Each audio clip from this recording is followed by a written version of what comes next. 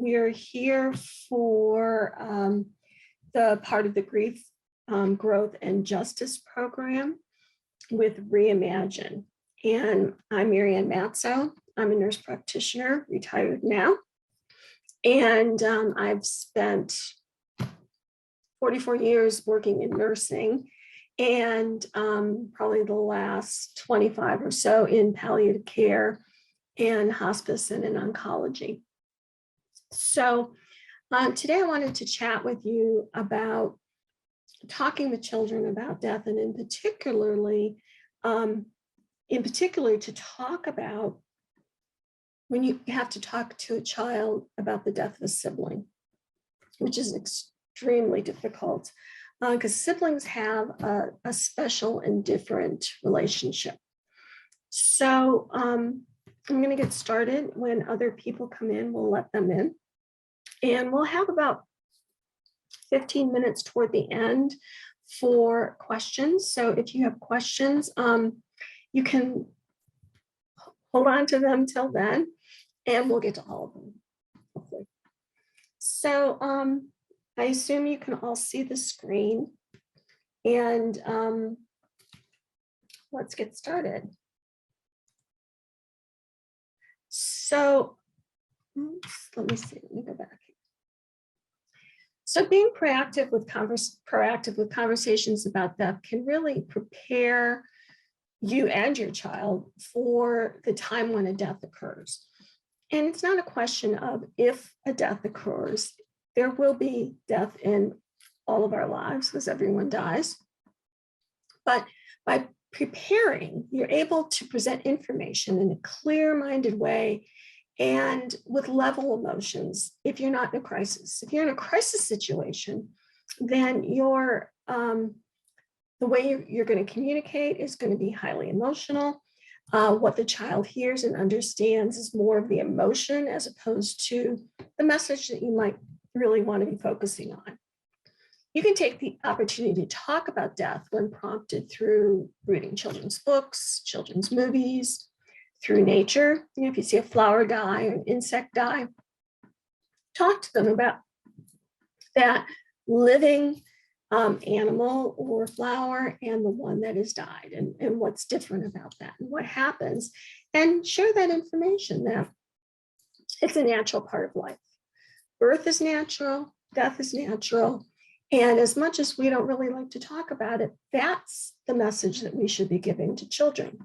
It's that circle of life idea that everyone is born, everyone has died, will die, and there's probably not many other things that everyone is going to experience.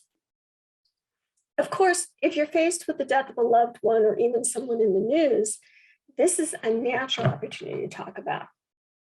If a loved one dies, don't wait too long to engage your child in the news or the conversation. Children will know that something's wrong and have a strong desire to understand what is happening. Putting off a discussion can lead to their stress and to their confusion, and that's not something that we want to do. So children are exposed to death, messages about death from a variety of sources, particularly their parents, their friends, the media. Adults may not want to talk about it because they think the subject's too unpleasant, frightening, or maybe even unnecessary. Oh, let them be kids, people will say. Let them be children. They don't have to be learning about this. Well, yes, they do, because they're going to experience it. And like I said, being proactive makes it better for the children. Also, parents can really talk about death in a confusing way that can even be potentially harmful. Instead of telling children why and how people die, they may focus on downplaying the emotionality, the seriousness, the reality of death. And they do this because of their own fears and the way their parents told them about it. And this can lead to misunderstanding and a fear of death.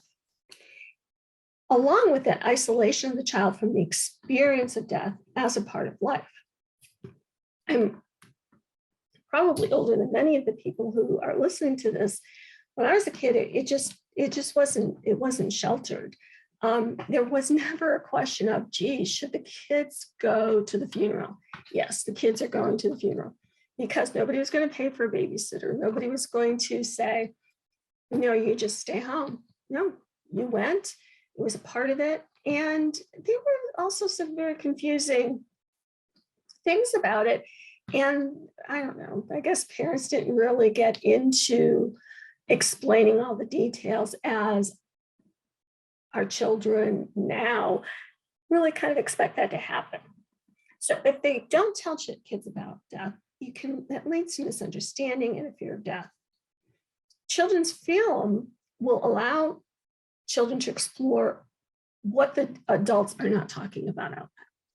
So if you're watching a film and Bambi dies, that gives you an opportunity to talk about what happened to Bambi. What happened to Bambi's mom? What does that mean for Bambi? What does it mean for Bambi's dad, who says, kind of get over it, move on, she's not coming back? Which is a pretty confusing thing for a kid to hear. 1 minute, Bambi and mom are running around having a good time, and the next minute, dad's saying, she's not coming back. And that's a great opportunity to talk with the child about how upsetting that can be and what happened and what went on and what's Bambi going to do now. Given a common framework to educate the imagination as parents, as adults in children's life, we can take what is meant to be entertaining for a child and have it have greater meaning. Children, let me go to the next slide. Children younger than 5 might not understand that death is final and it's inevitable. Like kids 5 to 9 don't acknowledge the permanence and the inevitability of death, and they think it only applies to old people. So, oops, I just did that, didn't I? Sorry about that. What is your name? Emily. Emily, how old are you? 4. Emily, why do people die? I don't know. Well, why do you think? Because they're old. Because they're old. Anything else? No. No? Okay. Say bye-bye. Bye-bye. So this little girl knows what she's been told. She's had a grandparent die. A grandparent was old. Why do people die? They die because they're old. Now, kids at this age aren't really emotionally capable to acknowledge the permanence and inevitability of death, and is something that they think only happens to older people. If children don't have a full understanding, they confabulate. They fill in the gaps of their understanding from the media that they view.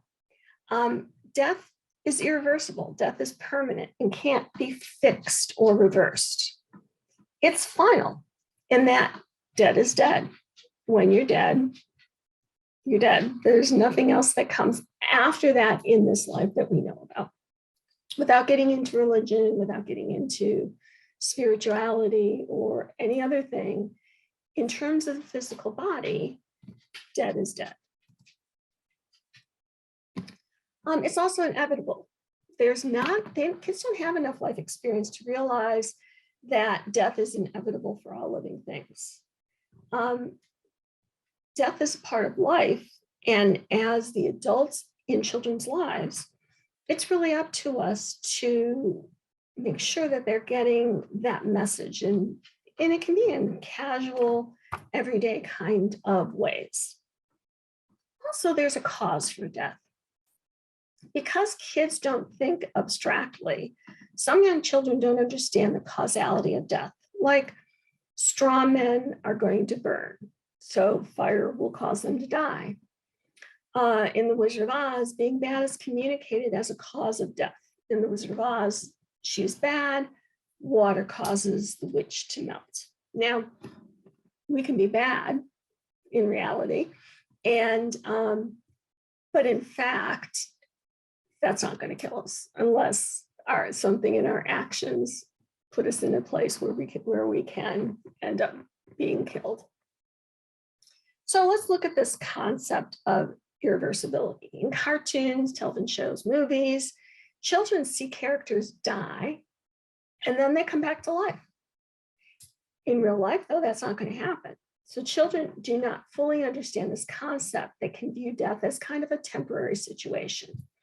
They often think that people have died as being far away. Perhaps they're on a trip.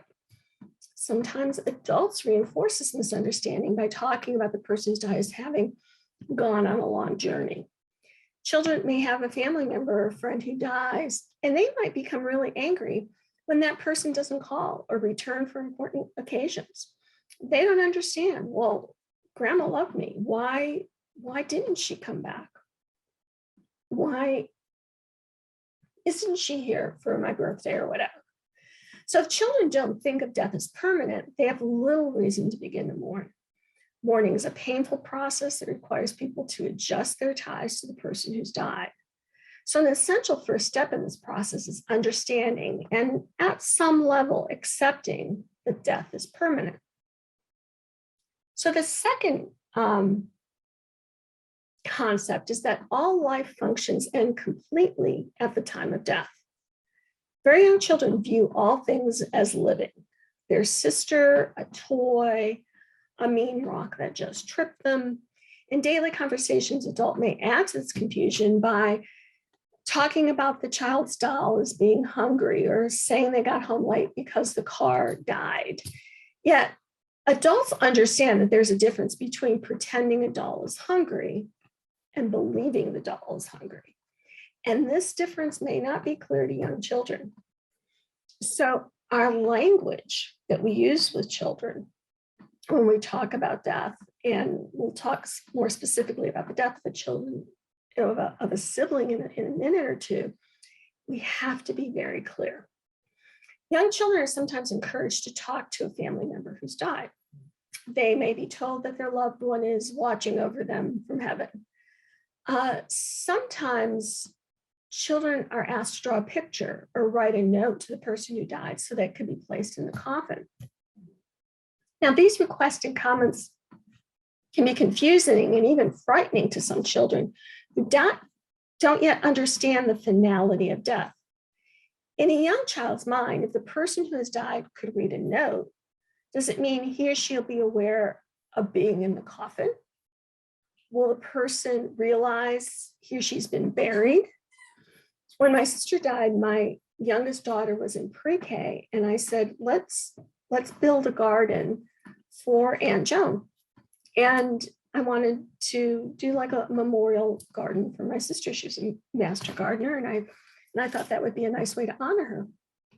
And so we got plants and we put together this garden. And one day I was getting the youngest out of her car seat, and she said, "Are we making a garden for Aunt Joan because she's hungry and there isn't food where she is?"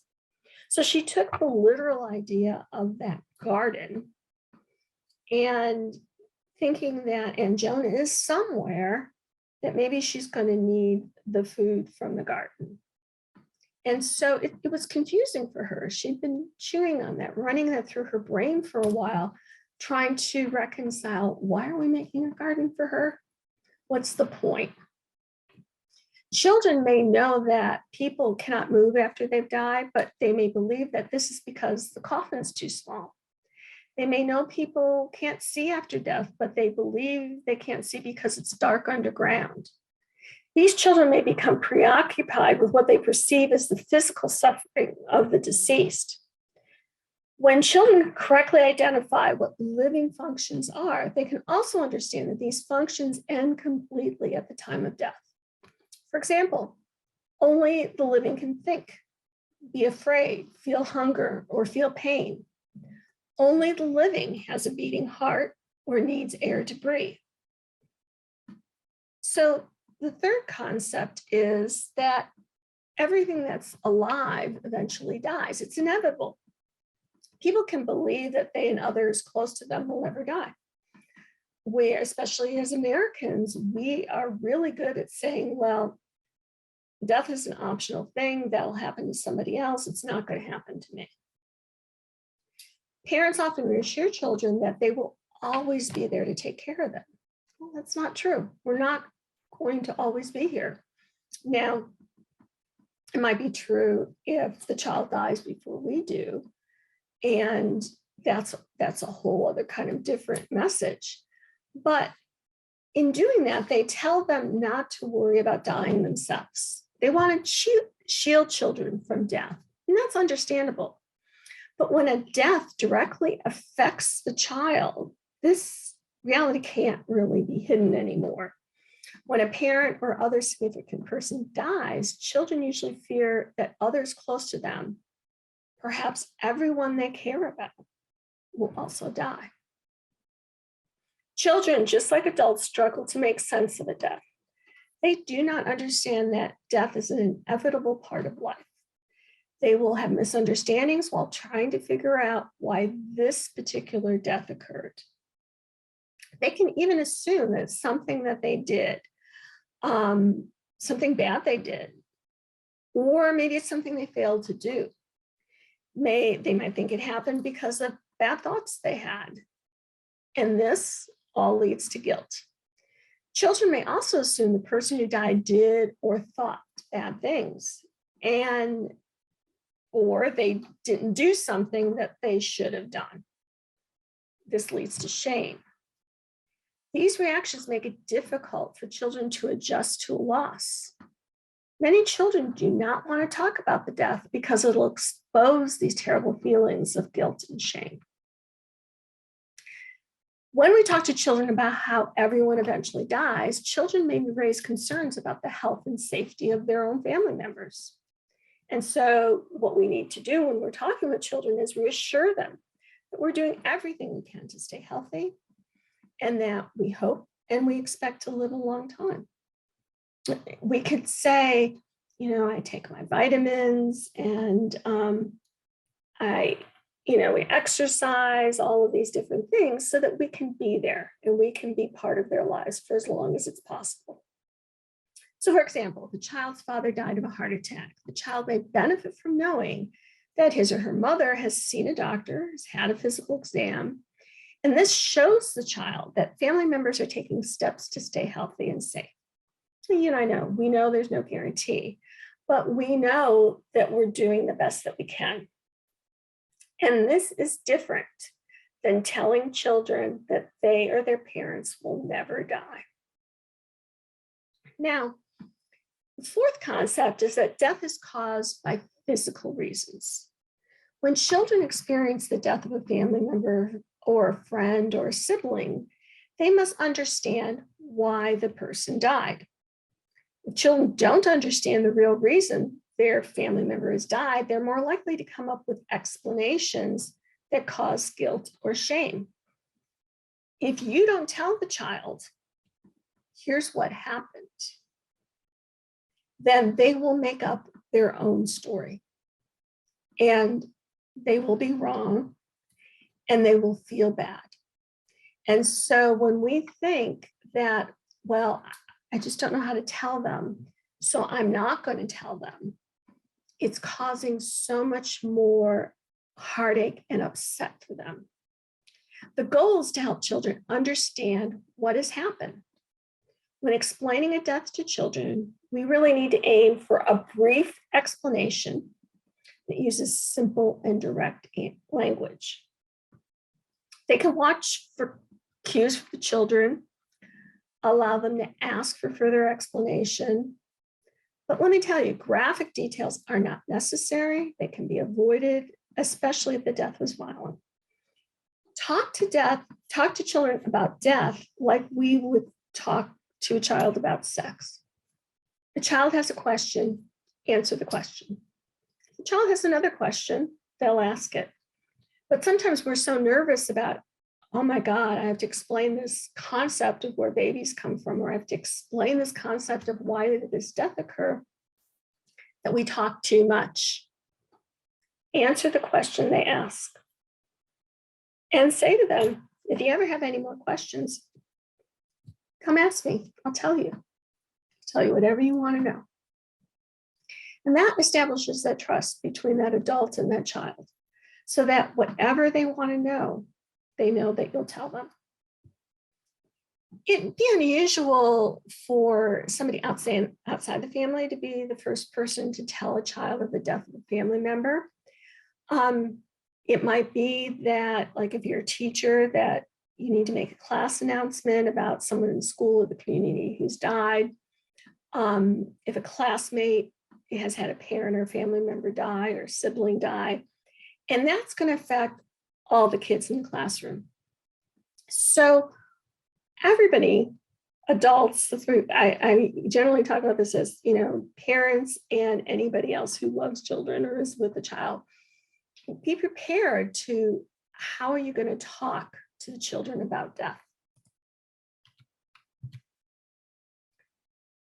So we went through these concepts, and I emailed you all a handout that shows, let's see if I have it here, but it's a table. It's a really nice table that shows what happens, or how children perceive death.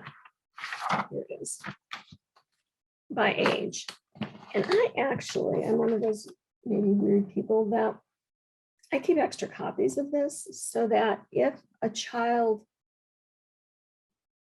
is in a family where there's been a death, I'll offer this handout to the adults, because you can have children of lots of different ages within a family.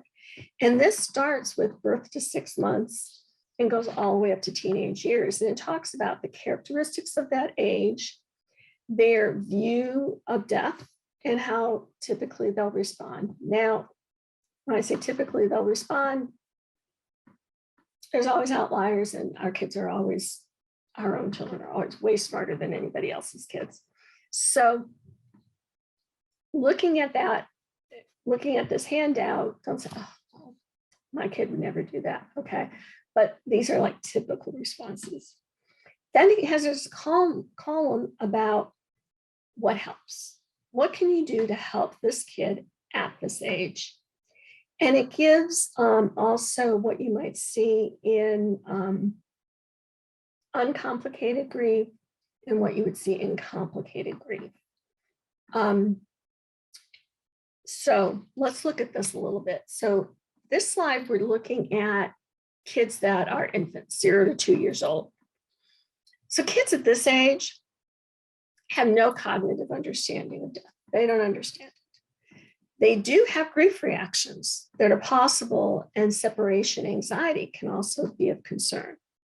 So there can be behavioral and developmental regression can occur as children have difficulty identifying and dealing with their loss. There may be this person that was there, this sibling that was there that would hold them and kiss on them and, stuff things in their mouths or whatever. And then that person is gone, and they're too little to even be able to say what happened, or even have really good language skills to say what happened. All they know is that they're feeling distressed. So for these kids that are this age, we really need to maintain routines to avoid separation from significant others. So people who they're normally used to being with, make sure that they still have their routine, that there's something in there that is making sense to them. Now, when you're looking at the 2 to 6 year olds, preschool age children see death as temporary and reversible. So they might do something that could hurt themselves and thinking, well, it's not going to last. I'll be okay. They interpret their world in a concrete, literal manner. They might ask questions reflecting this perspective. They're very concrete about things. They may believe that death can be caused by thoughts and provide magical explanations. And they can often blame themselves for the death.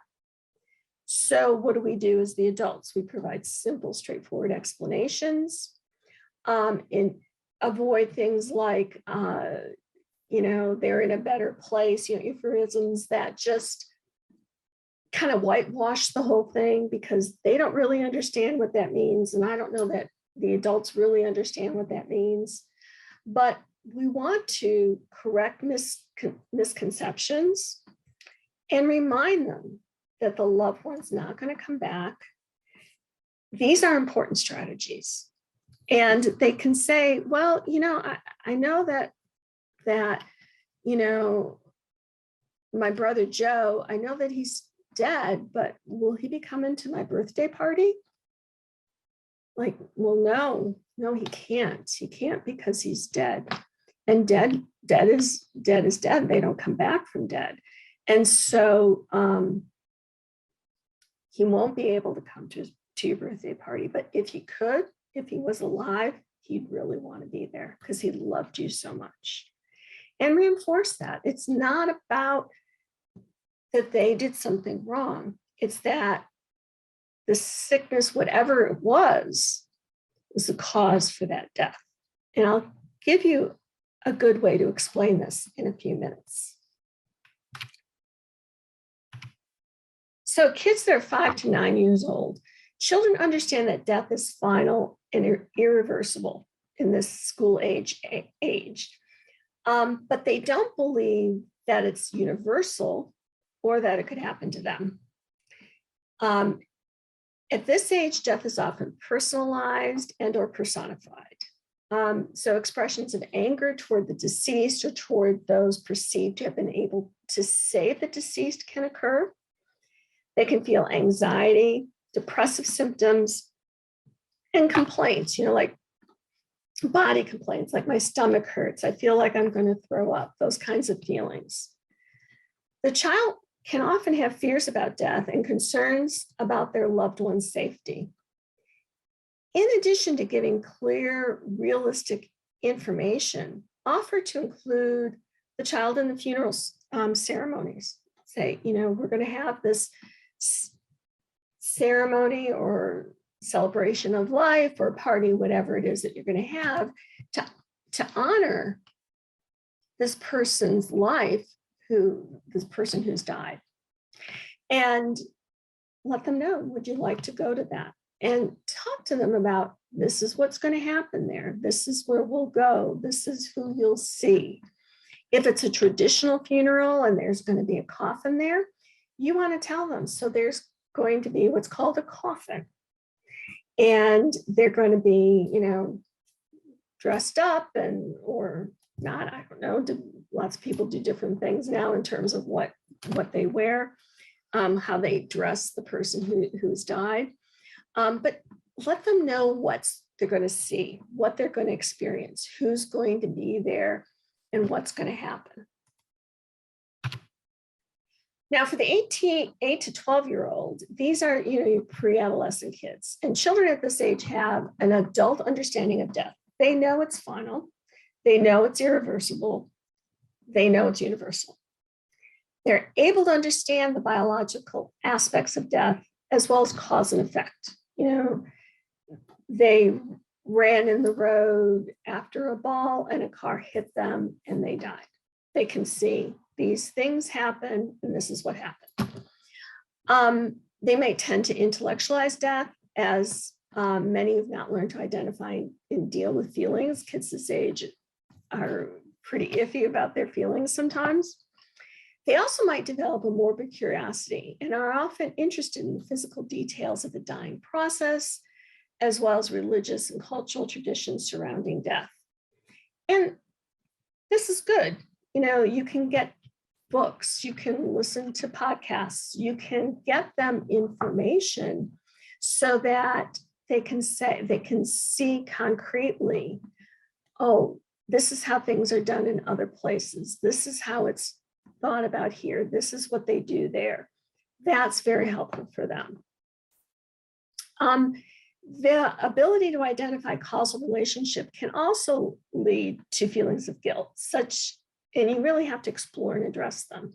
Like, gee, if I didn't leave that ball out, or if I didn't kick that ball so hard, my brother would have run into the street and got hit by the car. So do you see that?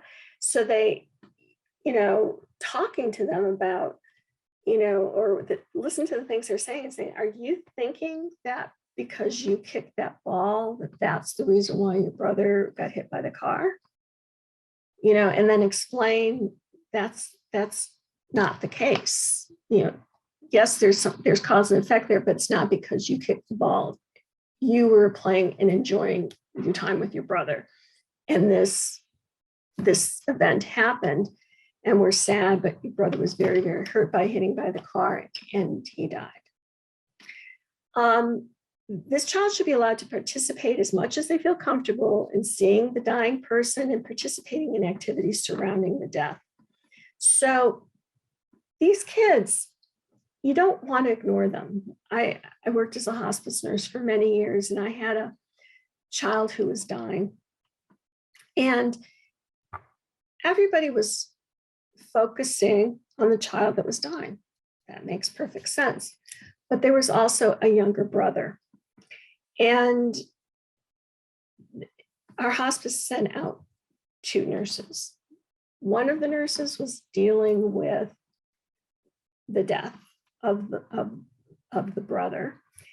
And I was with the healthy brother who's seeing that his brother is dying.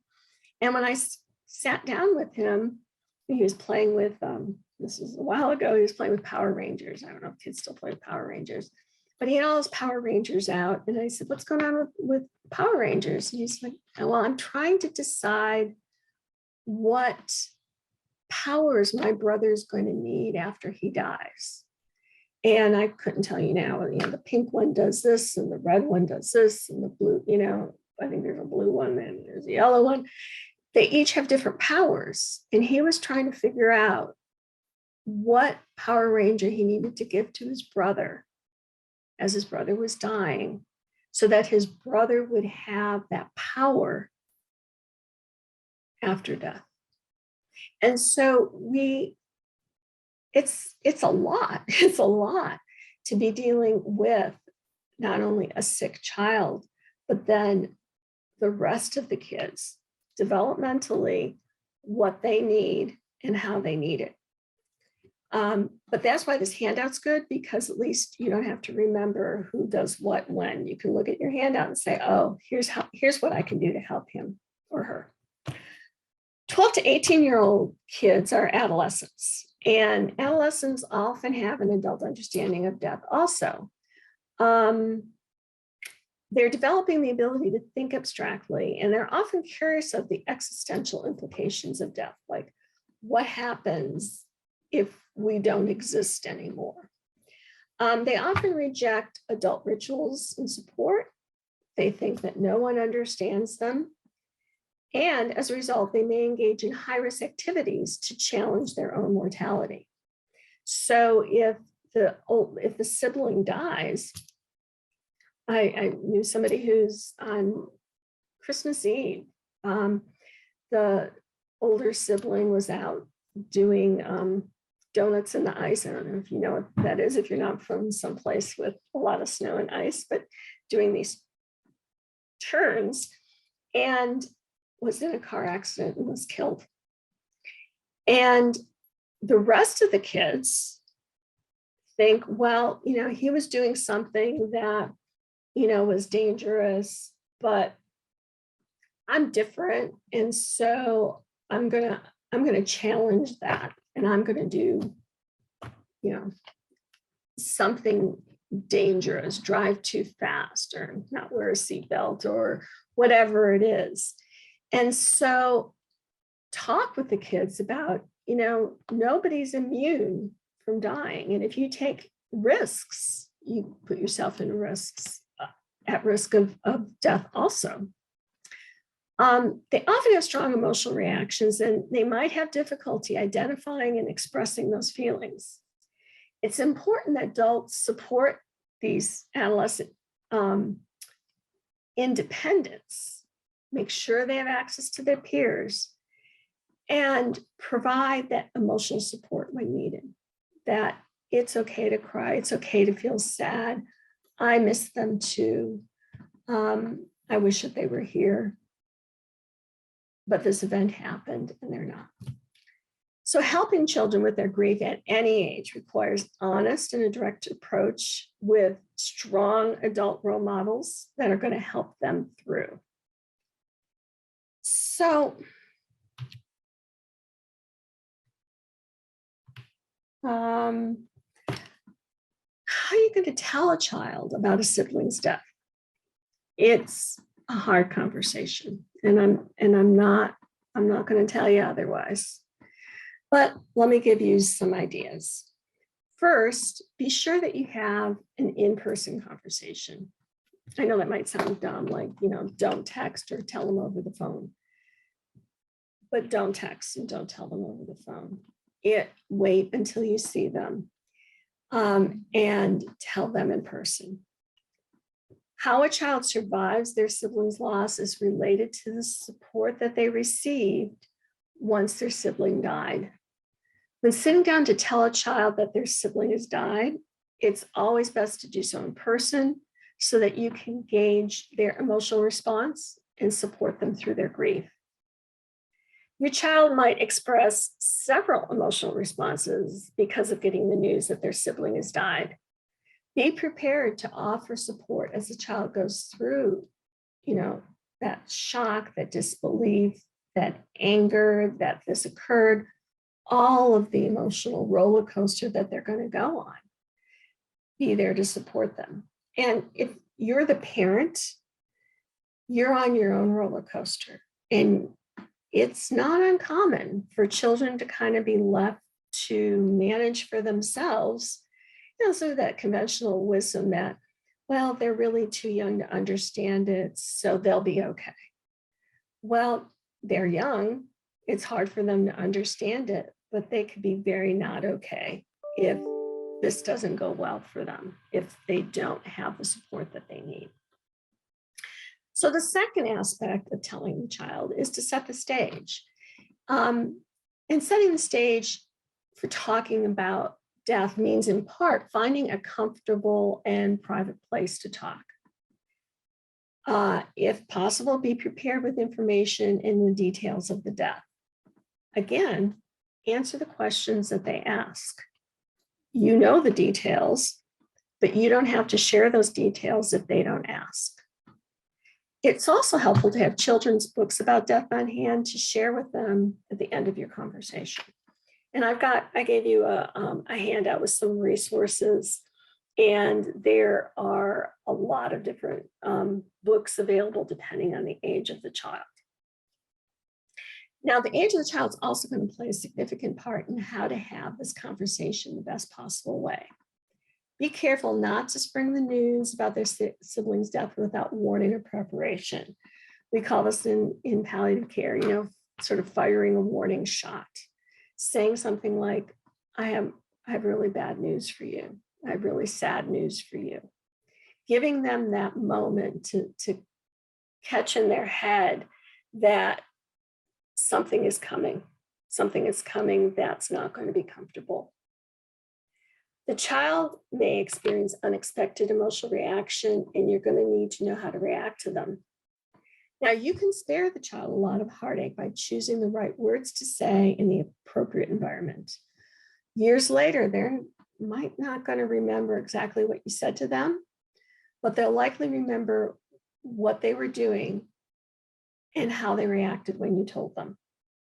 So if you go to their school, pull them out of class, go in the principal's office and say, I have bad news for you, your brother died. Is that the best place? Maybe, maybe not. Maybe having them come out of school and going in the car and going to Wendy's for something to drink or whatever. Maybe that would be better. I don't know. You got to know your child. But think about where it is. Are they able to say what they feel, whatever environment that is? And be comforting and be there for them. Which brings us to the third step, which is to be honest and straightforward. When you're talking to kids about death, it's best to have knowledge and information handy. Children of all ages are naturally curious and may surprise you how much they already know about death. Older children may have already experienced the death of a friend, a classmate, or they know somebody who's had the death of a sibling. So children can know a lot more than what you might think. So be as honest and straightforward as you can when telling the child about the death of their sibling. Even young kids can understand some of the concepts surrounding death. When you choose to use anything but straightforward language, you run the risk of confusing the child and creating distrust. And you don't want to confuse your child, and you want them to be able to trust you. Now, what we tell you is not related to the death of a sibling, but we were taking care of our son's dog, and was with us about a year. They were stationed in Okinawa, and their dog that we had for the year, because he couldn't go to Okinawa, had a heart condition. And one day he was having, real trouble breathing, and it got worse and worse. And we realized when it was kind of getting closer to the end. So we called our son in Okinawa and said, it's kind of getting close to the end. Do you want to, our grandson is 5. Do you want to have him FaceTime and say goodbye to Brody, the dog? And they did. They all got on. Brody could hear them. And when Jack saw Brody, he said, is he dying? This is a 5-year-old. Is he dying? I said, yes, he is. He said, why? I said, well, his heart, remember his heart doesn't work real well. I said, yeah.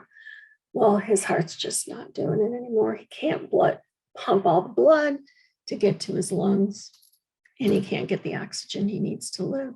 And he's very, very sick. He says, so he's going to die. He's going to die. And as a young child, yes, it's his dog, but he's known his dog for his whole life. So it's clear communication. You can trust us. We'll tell you the truth. Here's what's going on. And later, he didn't die right that minute. He died later that night. And then when we talked to him the next time, well, what happened? So went through that, what happened when he actually died. And then, well, how did he get out to the car? The details, like, okay, so he's dead. So how did he get in the car? Where did he go? What did you do? And so just tell the truth. Like we didn't bury him because our property is all rock.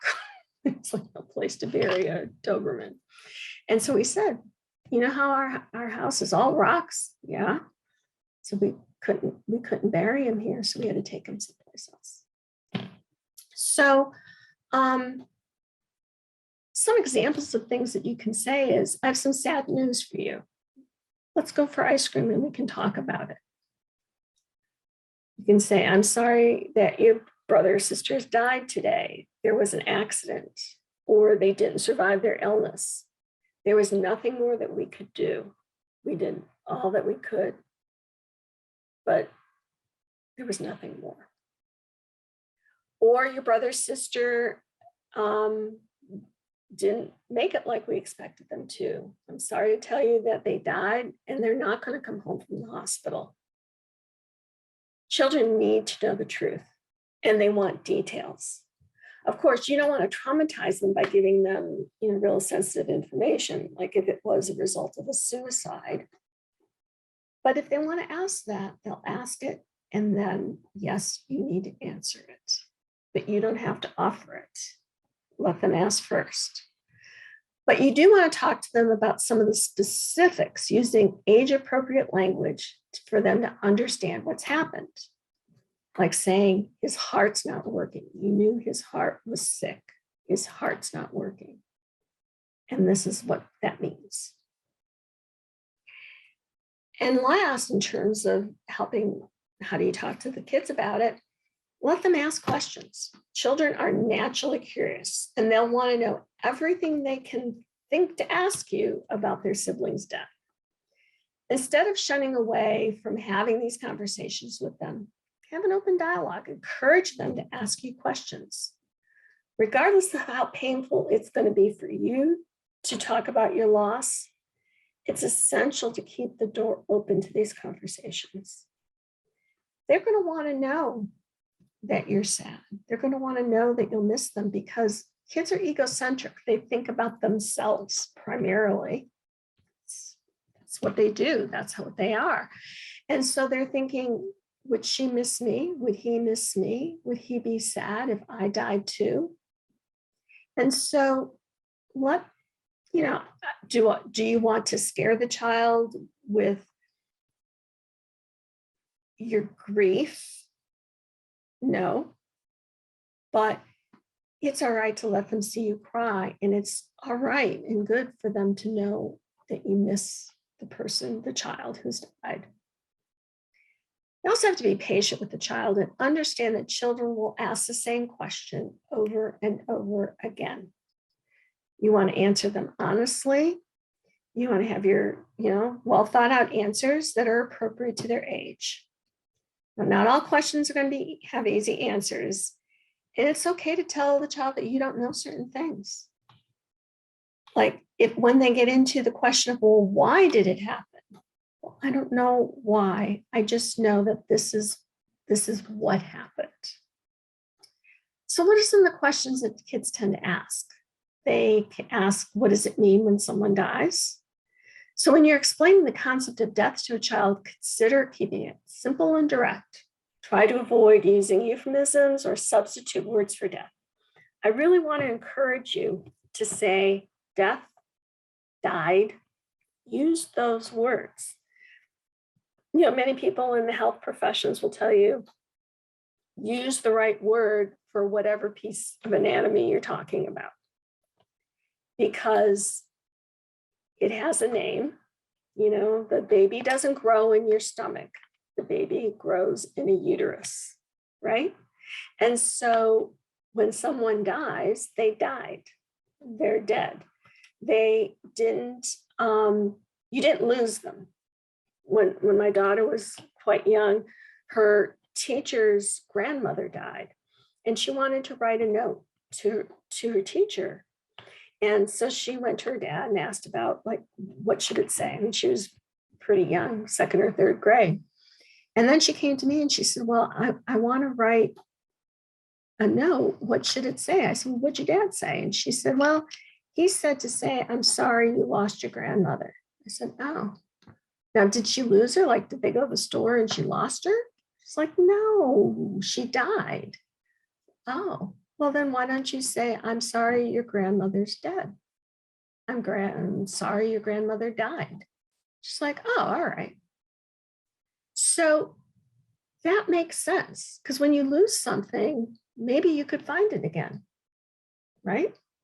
So use the words. Explain to the child that when someone dies, unlike sleeping, death is permanent and irreversible. When somebody dies, they don't come back.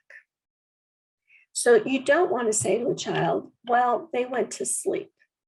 Well, unless you want your child to not want to go to sleep ever again, not a good idea, because they're going to think, well, if you go to sleep and you never come back, I'm not doing that.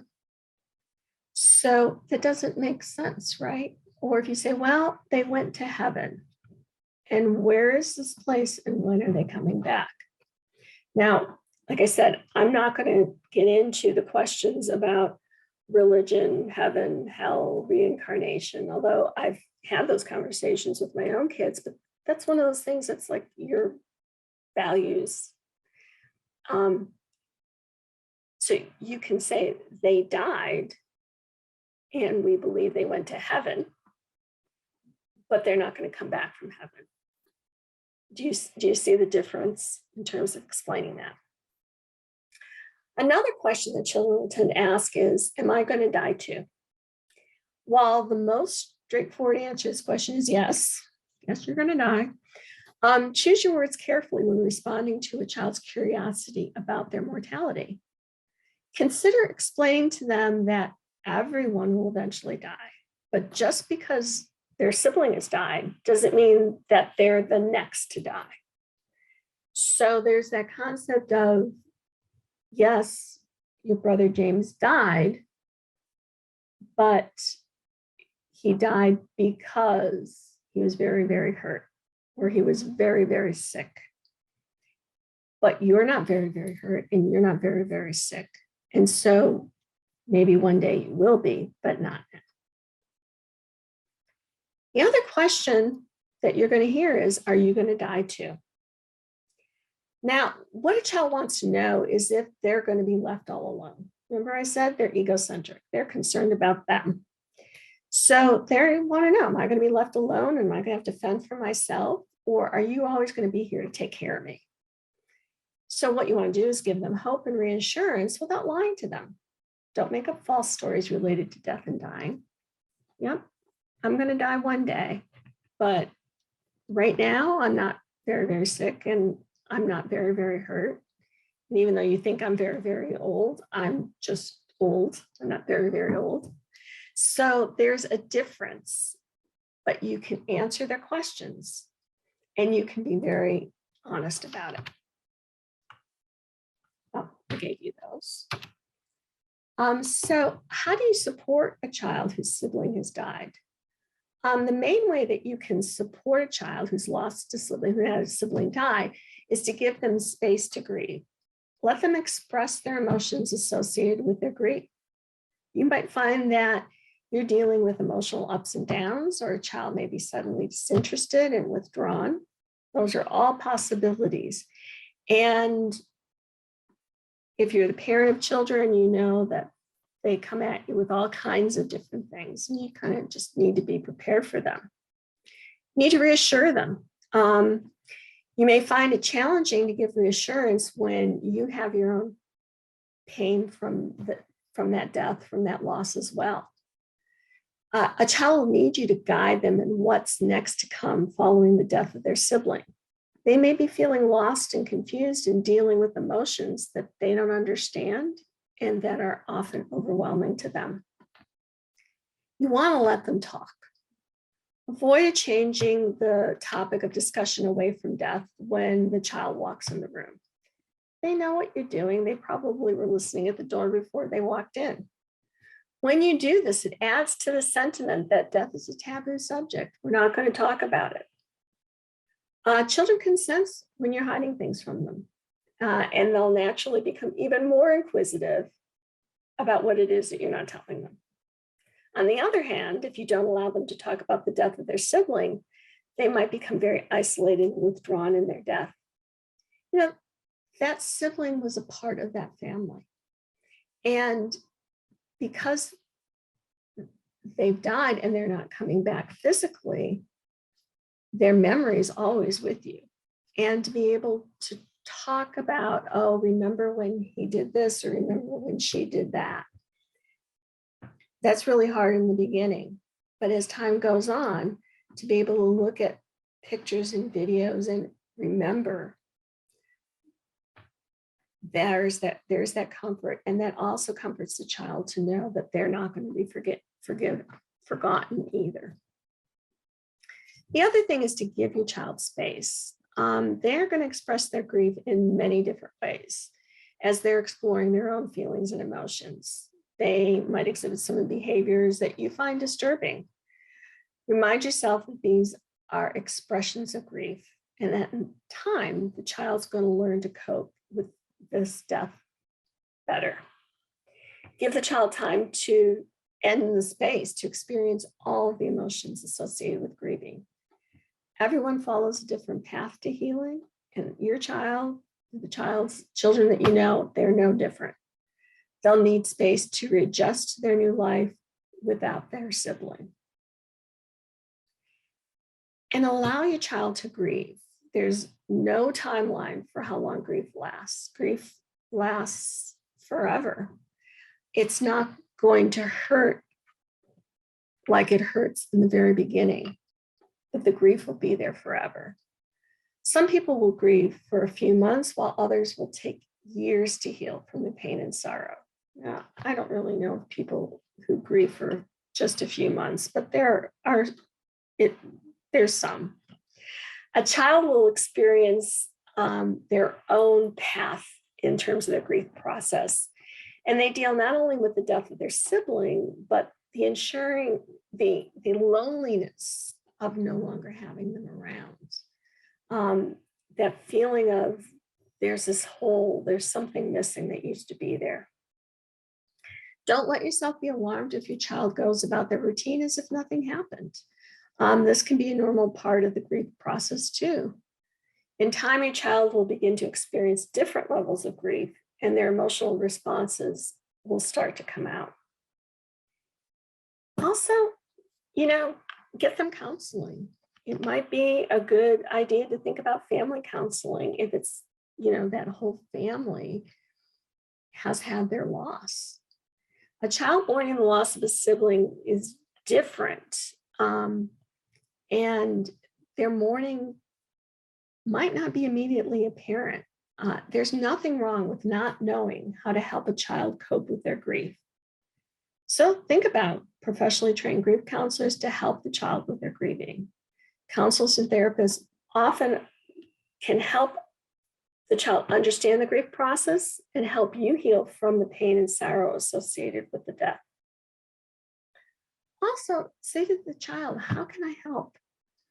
A child who's experiencing sibling grief mourns the death of their brother and sister in the same way an adult grieves a death. Just because a child is a child does not make them more or less resilient to feelings of loss. Remind yourself to stay present in the child's life as they deal with their emotional ups and downs. Often a child will feel left out and isolated following the death of a sibling because most people focus on consoling the parents and don't really think about consoling the children. So how do you tell if your child is grieving? And this picture shows you they have difficulty concentrating. They might have trouble going to bed, going to sleep, staying in their own bed. Might be the kid that, has been sleeping in their own bed just fine for years. And now every night they're coming and crawling in with you. They might be clingy, have a lot of anxiety, fear of being abandoned. They might start wetting the bed again if they haven't been wetting the bed all along. They might be in their play. You might see them playing, mortuary or funeral, or, working through. Children's play is how they work through their feelings, so that they might play through what happened. And if they're playing through and they're working it through, that's part of the process. But if they're doing something completely different than what they did before, talk to them. Get down on the floor, play with them. Tell me more about what you're doing here. And there's also looking for those feelings of guilt. I told them to go away and now they're dead and they're never coming back. Yes, they're dead and they're not going to come back, but it's not because you told them to go away. So these are just some ways for you to tell. This is from a miscarriage website. They're called These Precious Little People. And I gave you the reference for it in the bibliography. And she has a book and resources for, when you have children and you're pregnant and you're talking about there's this baby that's growing inside mom's uterus. And you might know the gender of the baby at some point, you might have a name, you might have a baby shower, and everybody's really excited about this baby. And things can go wrong and babies can die. And then you have this little child who's saying, well, where's my baby sister? Where's my baby brother? What happened? And you have your own grief about your miscarriage, as well as this little child who's saying, where's my sister? And this is a quote from this book, These Precious Little People. The children in our family all know about the little girl that made me a mummy. We visit Esme, that's the baby that died, Esme's grave. We have plants and a tree at home in her memory. We perform acts of kindness in her honor. She is a part of our lives still. They ask me questions about her. We speak her name. We all miss her and wish she was here. And that's kind of really what the message is that there was this person and she's a part of our lives. This is, if it's a miscarriage, it's this dream that we had of this family that was going to include this person. And now that's not going to happen. But she was somebody, or he was somebody. And again, that message to that child that this is somebody, we loved them, they died, we miss them, we wish that didn't happen, just so that the child knows the same too. Now, when I talked about resources, I would be remiss in not sharing with you the book, the children's book that we've written. It's called Everyone Dies, and yes, it's normal. So let me show you a little clip about it.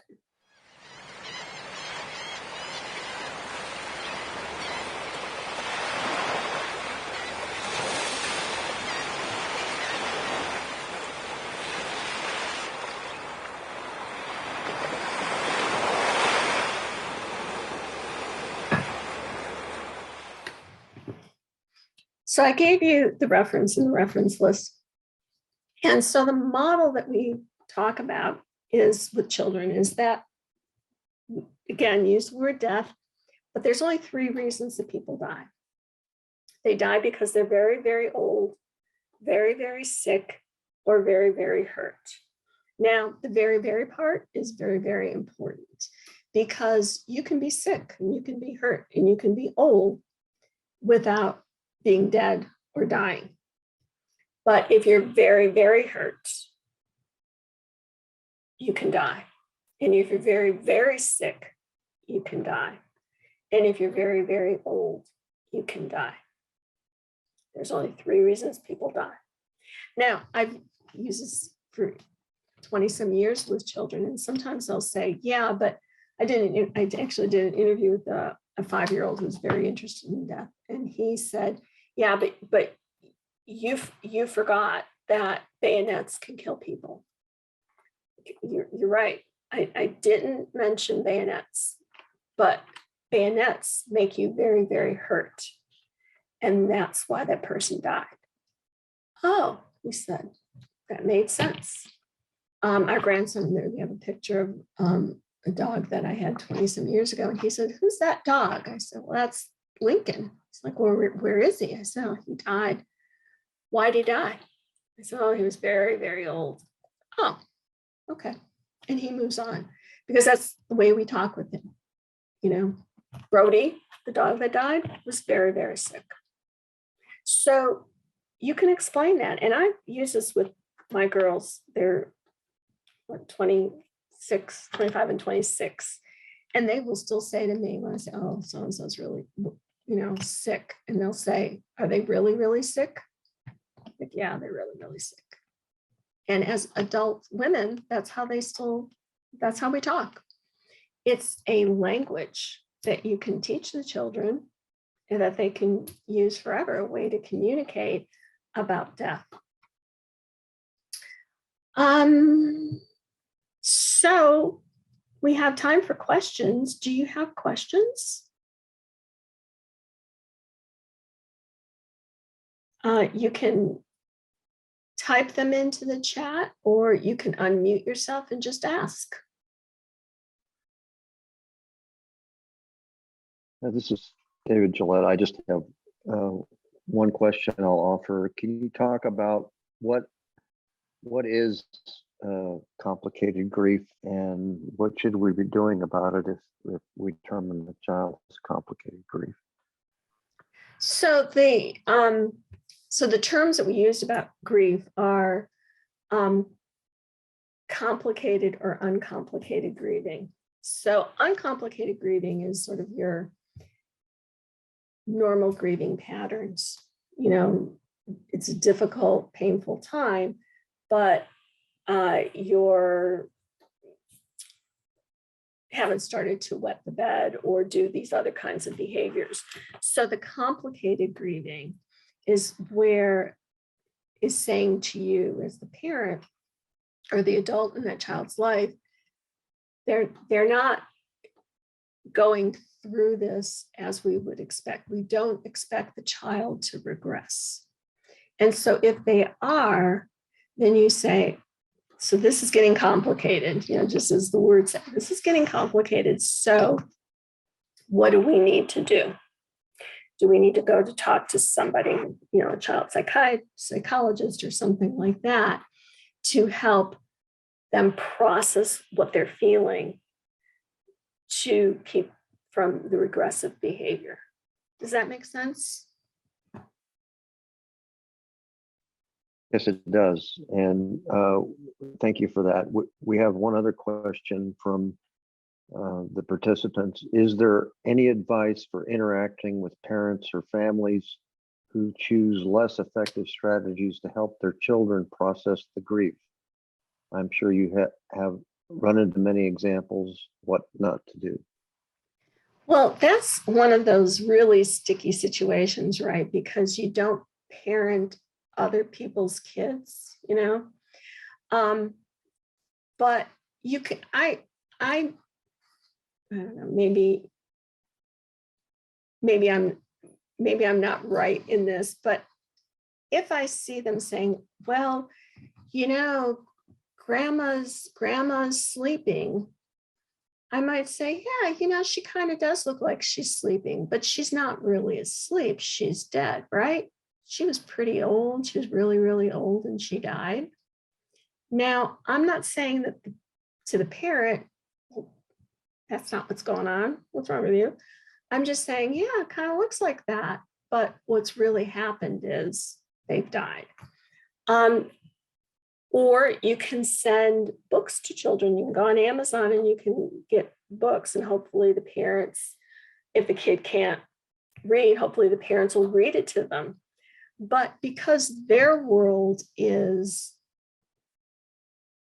people do, I think, here's what I think. People do as well as they can in the situation that they're in with what they know.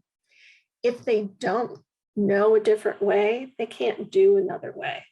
So as people in these children's lives, I don't think it's intrusive, but you guys can tell me if you think it is, to say, well, here's what I know about that. Or, yeah, I can see how you would say that, but really, they're dead. So I don't know, do you guys have thoughts about that?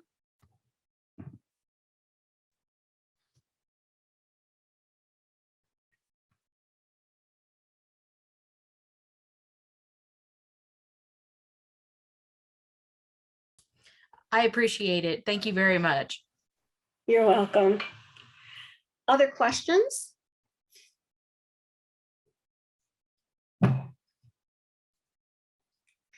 I gave you in the resource list our website. So we have a nonprofit called Everyone Dies, which has been up and running for 2 years, and there's more than 100 different podcasts on a lot of different subjects. Feel free to go there. They're no cost to you. Hit play and you can listen and get information. Or like in this, like your question, Ashley, was, say, hey, I heard this podcast. Let me give you the website for it. It might help how you think about these things. That's another way too. It's meant for public education. And so it's a resource so people can have better information and make better decisions, better choices. Anne, were you gonna, I saw you unmute. Did you want to say something?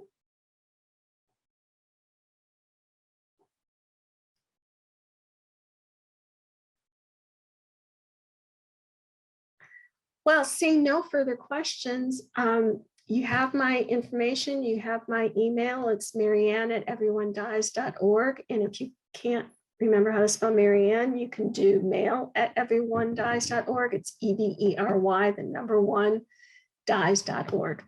please use our resources, share with other people. I think that we can change how we approach and deal with death by having some better information. So thank you for being with us tonight.